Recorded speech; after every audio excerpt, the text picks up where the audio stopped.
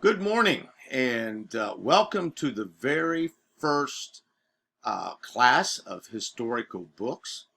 I apologize that I am filling in for uh, Brother Grile, who has uh, decided to retire, and we understand he has given years of teaching to the school, and we honor that. And but because I have taught this class before, I am doing this particular class now. I am sharing with you, and I'm hoping that I can do this. I'm going to share with you some things as we begin this class. So let me first of all bring up for you our syllabus. And I will be posting this online so that you have access to all of this. And every week in the lesson section, you will have a um, PowerPoint. I'm going to show you here in just a moment. And all of those things that I'm going to give to you will be on Populi, so make sure you avail yourself of that.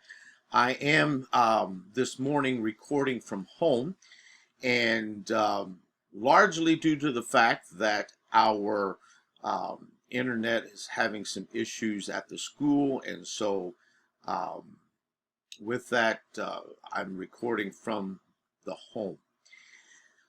So let's get started. Let's open with prayer this morning, and then we will jump into our lesson. And I'm going to explain to you the syllabus, what's required, those types of things, and then we'll cover an introduction, a background to the historical books for today. Let's bow our heads for prayer. Father, we thank you for what you have done, for the help that you have given to us. We ask that you would just be with us in a special way, Father, as we teach this class. Give me, as the instructor, wisdom to know what to say and how to say the proper things. And Father, open my mind and the student's mind that we will learn from your history of your people and learn from the Bible. These are exciting books to study, and these have been books that have challenged my own thinking as I have um, studied God's Word. And so, Father, open our minds to them and help us, each one, and we'll give you the praise. Amen.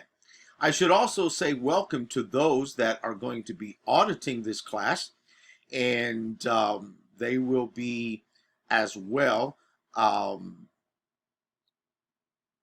doing some watching the videos. Um, and so we welcome you as well. So for those that are auditing this first part of the video, um, I'm sorry, but I have to go over this for all of the students. So this is historical book. It is a freshman level class, although I know there are some upperclassmen that is taking the information. Right here is my contact information, all right? And I've seen several times that I have changed these two emails around, and I need to double check that. This is my cell phone number. You're welcome to call me at the college. It is 317-896-9324, extension 112. However, probably the best way to get a hold of me, such as today that I'm actually working at home because of internet problems. So if you called the school, I would not probably get that information until Monday or Tuesday of next week. So my cell phone number, and I do text.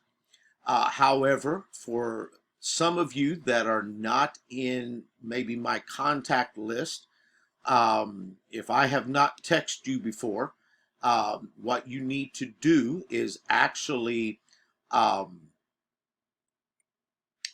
get a hold of me, ask me a question, but then identify who you are. Because if you say, Brother Whitaker, what should I write on my research paper or whatever it might be? I'm just saying that. Um, I'm going to answer back, well, who is this? Okay, so that I know who you are and then I can answer the question. Most of the stuff I would like for you to try to upload through Populi. However, some people have had problems uploading through Populi, and I completely understand. So I have two email addresses. This is my preferred email right here. jawhitaker@ubca.org. Make sure you put this little A in there, because if you send it to J. Whitaker, it will go to my father, who is the chancellor of the college, and he will have to then forward it to me. So make sure the A is in there. And then this is my other email address. Some student was OCD because for another teacher, they would submit things and the teacher didn't get them. And so he would upload it in Populi and send it to both of these emails. That is perfectly fine to me, to make sure that, you know, you have them. Here's my office hours when I'm normally going to be in my office. And again, text me, email me, call me. It might be a good idea if you text me first and say, hey, Brother Whit, can I call you and ask you a question? Because if you call me and I happen to be in meetings, I will not be able to take your call. But if you text me, I can say, sure, but I'm in a meeting right now. Call me at such and such a time, okay? So just sort of keep that in mind. The course study, this is a study of Old Testament history from Joshua through Esther. The conquest of Canaan, the period of the judges, the development of the kingdom, the division, the captivity, the restoration are all covered in this class. Again, since this is a one semester class, there is no way that we can study this in depth. So I am going to be hitting the highlights. Next class period, next week, we will begin by studying Joshua. Again, I cannot go in depth because I could literally teach a whole semester on Joshua, but I'm going to hit highlights. When we get to the Kings, all right, when we get to the Kings, I will deal with Saul, I will deal with David, but when we get past David, I'm going to hit highlights, and I may not deal a lot with some kings, just because there's not much information. Plus, maybe what happened was not really necessary. That sounds bad, but isn't productive to this type of a class. I will mention whether they were a good or a bad king, if they were the kings of Judah. But again, especially with the kings of Israel, I will probably omit quite a few of those, just as we're going through, to make sure that we are getting through the class in a timely fashion. So understand that my whole goal for this is to entice you to want to study the historical books in depth. We have a textbook. Unlike Brother Griles' classes, where it's basically the Bible and then you do collateral reading and commentaries, I like to have a textbook, and this is a textbook, Handbook on Historical Books by Victor P. Hamilton.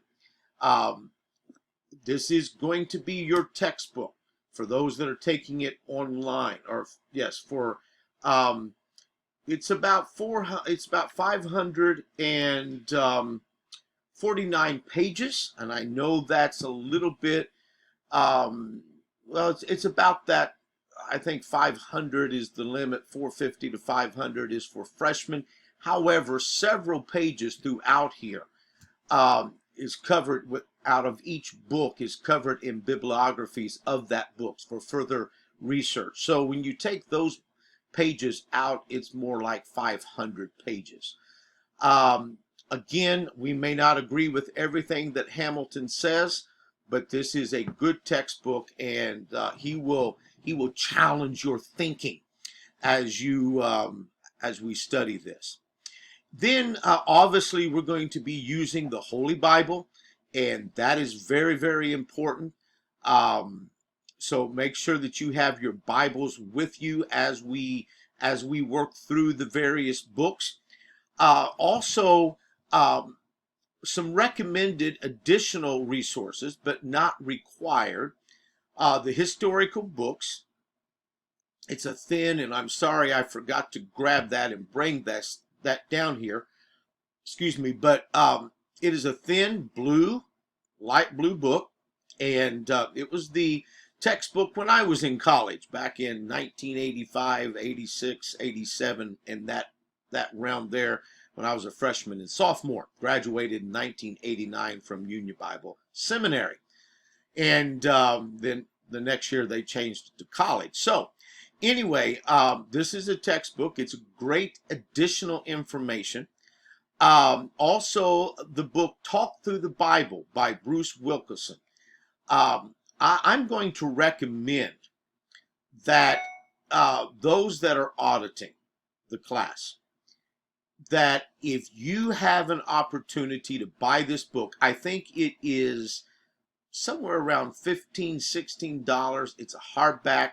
It's about this thick, but it goes through all of the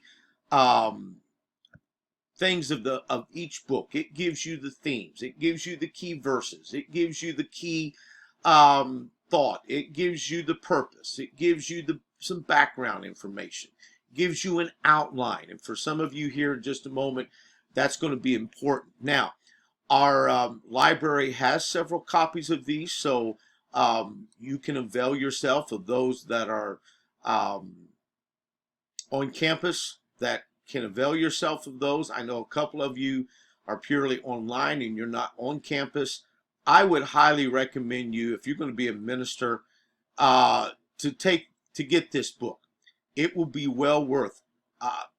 After doing this for Old Testament literature, is what I first used this book for. I have found myself, when I want to study a book of the Bible, or to remember what is the key theme, what's the key words, that type of thing, I will go to this book over and over and over again. It's simple. It's not hard to read, but it has a wealth of good information to give you an overview of a book of the Bible.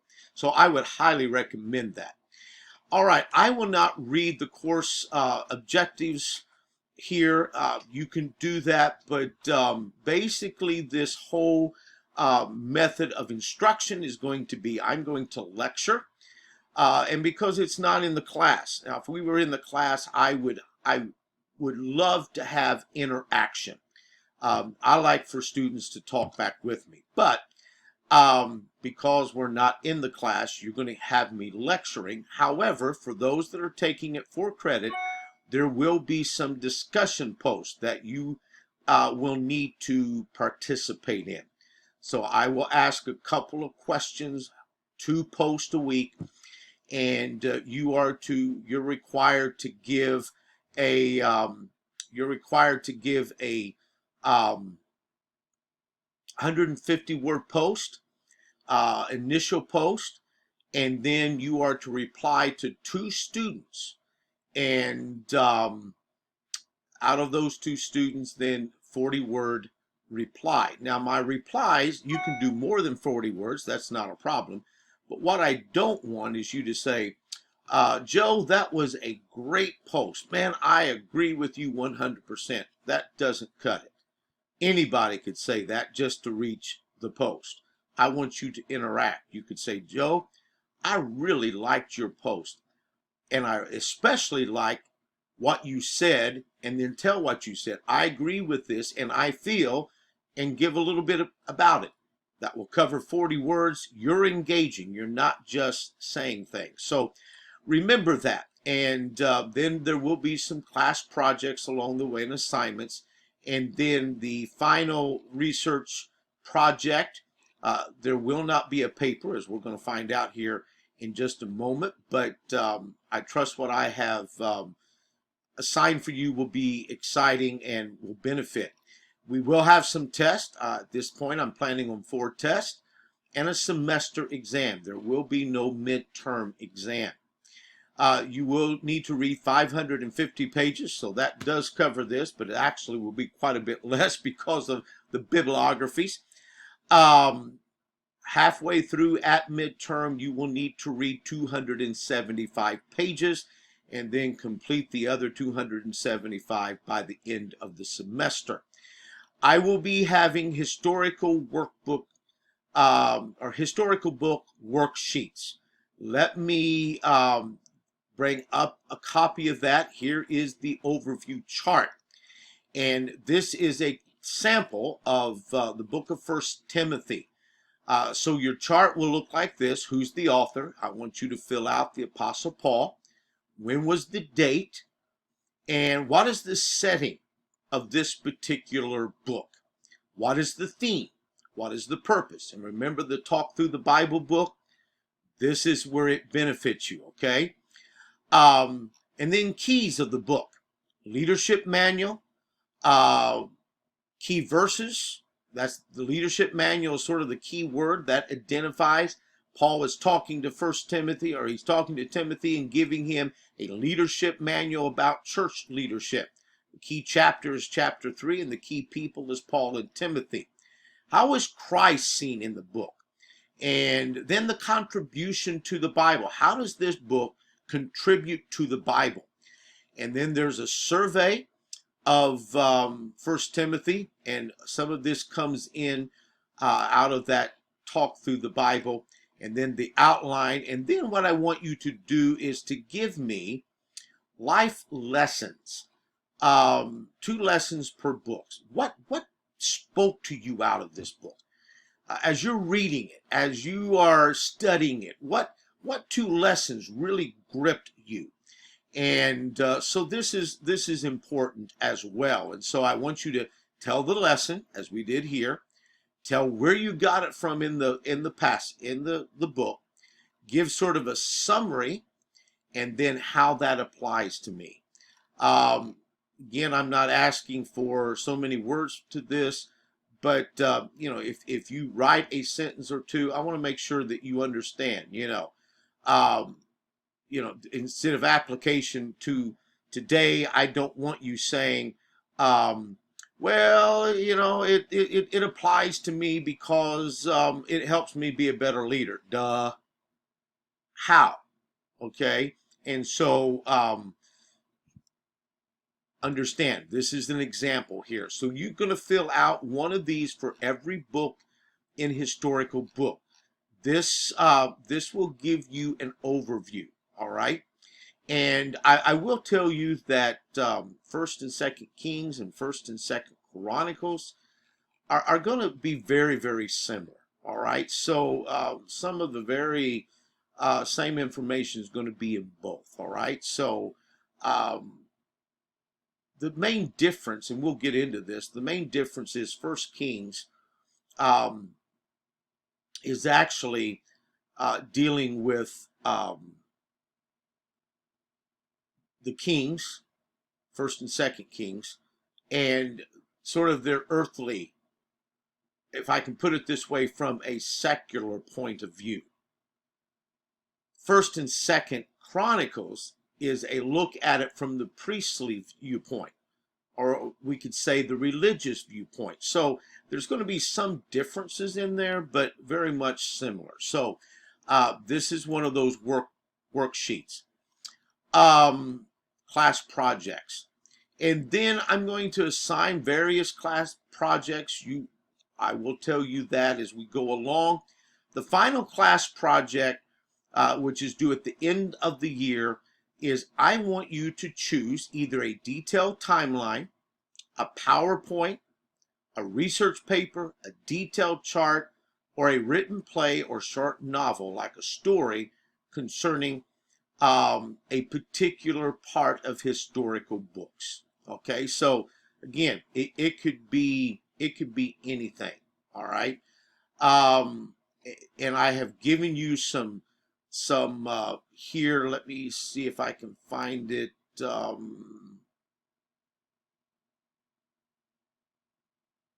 Okay, I do not have that, so let me bring it up here. For the PowerPoint, I have included in the syllabus here. Never mind, I'll just go back to the syllabus here.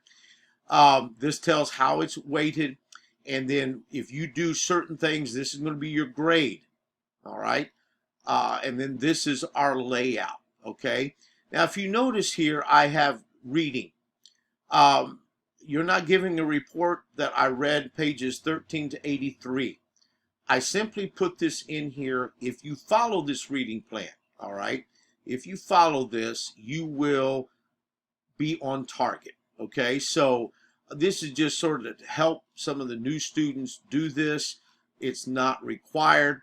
And so anyway, as we go through here, the absent policies, just remember, is online. If you do not post for 2 weeks, you automatically flunk the class. So remember that you need to get on and post and participate. Of course, late work and makeup policies. I will accept some late work. However, you need to make sure that it's not extremely late, because I will reduce points. In fact, there will be a point I will not allow late work. So remember that. Make sure that when you're writing that you are citing if you quote somebody. Okay, that's called plagiarism, and we take a strong stand against plagiarism. So here, here's the appendix. Here's the sample that I showed you, which I have here. And then I'm going to post this one as well, the overview chart. Here is a sample, or here is a blank one that you can copy and then fill in and upload. Here is a PowerPoint class project rubric that gives you an idea of what I'm going to look at there. And also it comes down timeline charts and graphic projects as well. And I don't know why that is leaving off the D's there. Okay. And I think that's the very end. So this is the syllabus. If you have any questions, please please contact me, and we will go with that and explain it. Let's jump into the class notes at this time. Here on Populi, you're going to have class notes, and you can download this. As you see, there's places to fill in. You can fill that in, simply by putting it here and going back, such as this right here, and you can fill it in that way. Avail yourself of those. It's there for your benefit. All right. Now let's go to the PowerPoint. All right. And I'm not seeing my, there we go. All right. Making sure here that, all right. So let's go to the PowerPoint here, and let's begin this particular lesson. And I've already went over some of this, so I will not bore you with going back over it again. We went over the syllabus, the textbook, what to bring to class. I've told you that, the requirements. Demonstration of Populi. I will try to do my best to put a little short video up within the next couple of weeks. Bear with me. I am developing a brand new class for ministerial leadership, and as well as working on a doctoral dissertation. And so I'm doing my best to keep going, but having to pick up this class at the last minute, I'm really trying to play catch up, and I apologize. But bear with me, that will be up. In Populi, they have a help button. It used to be orange, but I don't think it's orange now. Look on that, and it will explain to you how to run Populi. All right. Introduction to the historical books. What are the historical books? And as we've already said, the historical books cover the Bible books from Joshua to Esther. And this is the history. Now, technically,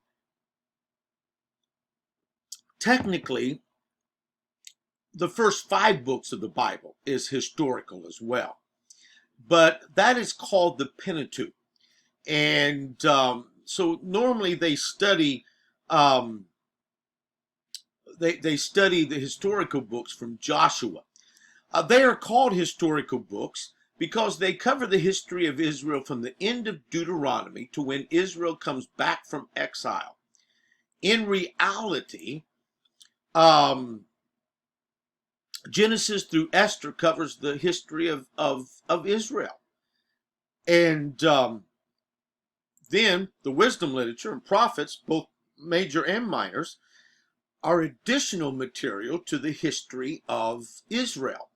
And so basically you have the history, and then if you've ever seen a chronological Bible, it inserts the prophets, major and minors, and the wisdom literature in where they fit in the historical. Very interesting book, Bible, if you ever get a chance to look at one. Bruce Wilkinson made this quote: "The historical books describe the occupations and settlement of Israel in the Promised Land, the transition from judges to the monarch, the division and decline of the kingdom, the captivities of the northern and southern kingdom, and the return of the remnant." It really covers a wide range of history. What are the divisions? The historical books are easily divided into 5 divisions. The possession of the Promised Land, which we know they did not possess all of them, but this is done in Joshua. The rule by the judges, and this is found in Ruth, because that book comes out of the middle of Judges, but Judges through 1 Samuel chapter 7, and then the book of Ruth. Then we have the rule of the monarchs, 1 Samuel 8 through 2 Chronicles. This is basically the bulk of the historical books. Then we have the punishment of captivity, which is we see in these chapters in 2 Kings 24 verse 8 through 25, verse 30, and 2 Chronicles chapter 36, 9 through 23. And then Ezra, Nehemiah, and Esther is the promised restoration. And so this is important. God is promising his people, I'm going to bring you back. He brings them back. And it's exciting to see that.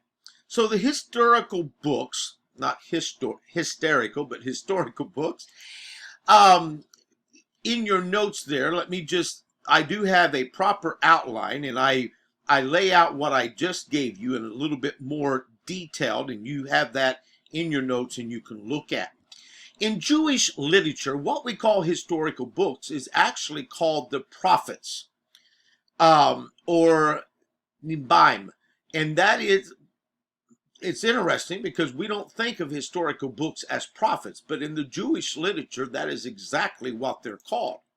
These books are concerning with telling the rest of the history of Israel, as we have already noted. And so again, this is important because this is the telling. That's what a prophet does, proclaims. And the prophets is further divided into Jewish literature as the former prophets and the latter prophets, and which is quite interesting. The Deuteronomistic history. This designation um, recognizes the story of Israel told in its final shape in Joshua, Judges, Samuel, Kings, is a single work written with the concern and theological convictions of Deuteronomy in mind.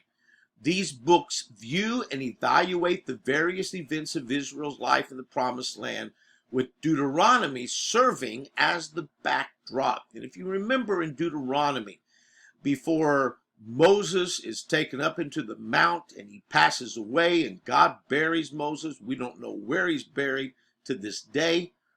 He had the children of Israel divides. One stood on one side of a mountain and there was a valley in between, and the other group stood on the other side. They would read the law and respond back and forth. And so Moses was telling the people, this is what God expects. If you go in and you keep my laws, you don't give way to the idols of that day, I will bless you. I will drive out your enemies. I will do all of these wonderful things. But if you don't, they will then rule you. And that's exactly what happened. And so this block of material is thus a theological interpretation of Israel's history through the lens of ancient Israel's faithful prophetic tradition. Because of the prophetic concerns of this material, this history might also be appropriately called the prophetic history. And so we have that here. But it's not just history. As one writer suggests, that the history books are not written just for history, but as a divine interpretation of Israel's history. God is going through the history and interpreting it divinely. It would be like God taking America's history and walking through and saying, this is where they fell. This is where the decline began. This was an up point, but this is a down point. This is what God is doing through the writers of the Bible. He's giving a divine interpretation. Alex Vergrugas suggests Israel's historians and writers evaluate and interpret the life and destiny of God's people in the Promised Land on the basis of Moses' instructions in Deuteronomy. And this is very, very important. What about the authors of the book of historical books? They are written by various authors listed in the Bible. The final revision was during King Josiah time, that he revised this to make sure that everything was accurate. And so Max Anders' chart gives some of this. Ezra deals with the creation, patriarchs, Exodus, conquest, judges, kingdom, exile, return, silence. Oh, that was Era. Excuse me, I said Ezra. Let me see if I can go back here. I was reading that. Oh, it was Era. I'm sorry. And the figures then would include Adam, Abraham, Moses, Joshua, Samson, David, Daniel, and Ezra. Pharisees. And then the other one would be location, which would be Eden, Canaan, Egypt, Canaan, Israel, Babylonian, Jerusalem. All right? So when you put this together and you have this chart in your note and you can come back to this slide and fill it out, the era creation involves figure Adam, location Eden, patriarchs Abraham, Canaan, Exodus, Moses, Egypt. You see that chart as we go down through here. So I will not bore you with this particular chart, but you can fill that out and it gives you an overview of each of these. What were the key figures within each of these books? What is the timeline? The historical books history ends, as does the Old Testament, around 400 BC, 400 years before Christ. This covers a period from Joshua to 400 BC, a total of 3,600 year period of time. That's a long time. Remember that we think the Revolutionary War of America was long history, right? We're only, 250, 260 some odd years as a nation. Okay? 3,600 year period of time. That is fascinating. All right? So again, remember that it's covering a long period. From Moses to the end of the Old Testament, it covers a period of 1,055 years. Okay? And I'm sorry, this covers 3,600 years. That is actually the history of the Bible from Genesis to 400 and BC. So from Moses to the end of the Old Testament, 400 BC, it's 1,055 years. Again, still a long time. This is a long period, as we already pointed out, and this is an important time. That is 813 years longer than America has been a nation. Okay? So, again, this puts it into perspective for us. What is the spiritual history? It must be remembered, as Scrooge says in his commentary, it must be remembered that the Old Testament story is history with a religious purpose, and selection and omissions are determined by this fact. That millennium was the period of great civilizations, great characters, great cities, and great conflicts of Babylonian, Egypt, Assyria, Phoenicia, Syria, Assyria, and then Syria, Greece, and Persia. Yet all of this fascinating story has no place in the Bible record except insofar as these powers and persons came into contact with God's chosen people. And not only so, but in the history of Israel itself, much is passed over briefly, which we would consider great historical importance, while events of seeming minor importance are recorded at length. And as you read the Bible, you would say, why didn't you deal more with this? Why didn't you? Because it's being dealt with from a divine interpretation. Remember that. The reason is that for this is that the purpose of Old Testament history is moral and spiritual. It's not historical facts. It's not analytic. It is the history of God's self-revelation for the redemption of man. All omissions and digressions must be received in this light. Otherwise, it doesn't make sense. All right?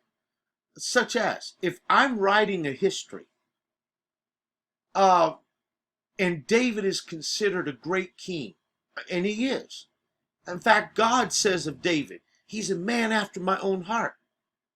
If I'm writing a history, unless I didn't like David, I would not want to include David's downfall with Bathsheba in the details that God does it. It just doesn't make sense. It's one of those things you want to put away. And we know that people in leadership, even in America, it's been said that John F. Kennedy had an affair with Marilyn Monroe. We know Bill Clinton. But if I'm writing the history and I want to write this grand and glorious history of America, I'm not going to put these negative things in there. But God does, and he deals, or if I do, it's going to be just a short little blurb, so it's in there because it's history, I'm going to major on other things that these presidents have done. But God is not worrying about history. It's not analytic. It's moral and spiritual. So David falls, and God wants us to see why he fell and how we can be restored if we fall in that area. So it's moral and spiritual in nature. Another quote that is quite interesting. And the historical books illustrate the roller coaster rise and fall of sin, restoration, miracles, rejection, and judgment. Throughout the centuries, we see the Jewish nation providing many lessons that still apply to lives today. God chose the Jewish people to be a witness and bring salvation to every other nation on earth. Before the revealing of the Messiah, Jesus Christ of Nazareth, and the initiation of Christianity, these books display the principles of Christian love for enemies, forgiveness, God's grace, and mercy. What are some of the background of the historical books? Israel's rebellion, again, possesses the promised land. This is important to help us gain this knowledge. We need to understand the historical books. We need to recap the history. Just prior to the book of Joshua. And so let's do this quickly in a nutshell. God has told Moses that he was going to die because of Moses' sin and striking the rock instead of talking to the rock. Moses is forbidden to enter the promised land. The children of Israel had come to the promised land. They sent 12 spies. You remember the story. When they came back, 10 said, we can't take it. It's a great land, but we can't take it. 2 said, Joshua and Caleb said, we need to go in. Because of this rejection, the people of God traveled in the wilderness for 40 long years. And those people that rejected died in the wilderness. And now we come back to the point that they're ready to cross the Jordan and go in and possess the promised land. Moses gives a song and is called by God to Mount Nebo. On Mount Nebo, Moses looks over into the promised land and then he dies. And that is the history. And I forgot to keep moving this forward. I'm sorry. So again, we have this here. Now we're ready to cross into Jordan. We're ready to cross Jordan. We're ready to cross into the promised land. Moses has died. And for those that are leadership buffs, Moses has been mentoring Joshua. Nowhere in the Bible does it tell us why Moses mentored Joshua. Was it a direct command from God? Or did Moses see something in Joshua that he had leadership qualities, but he's been mentoring Joshua? And when Moses dies, God commissions Joshua. And it's interesting because again, it does not say like it was in King David when Solomon was selected as king. Remember, his brother set himself up as king, and David says, no, Solomon is to be king. There's no record that Moses said, Joshua, you are going to follow me as leader of the Israelite people. But when Moses dies, the people accept Joshua as their leader. So it leads me to believe that there might have been something there indicated that the people understood this. And so now we open up with the historical books, as we will next week, looking at the book of Joshua, who picks up the mantle of Moses and leads the children of Israel into the promised land. This is an exciting part of the historical books. And here's why. It's exciting because this is a positive note.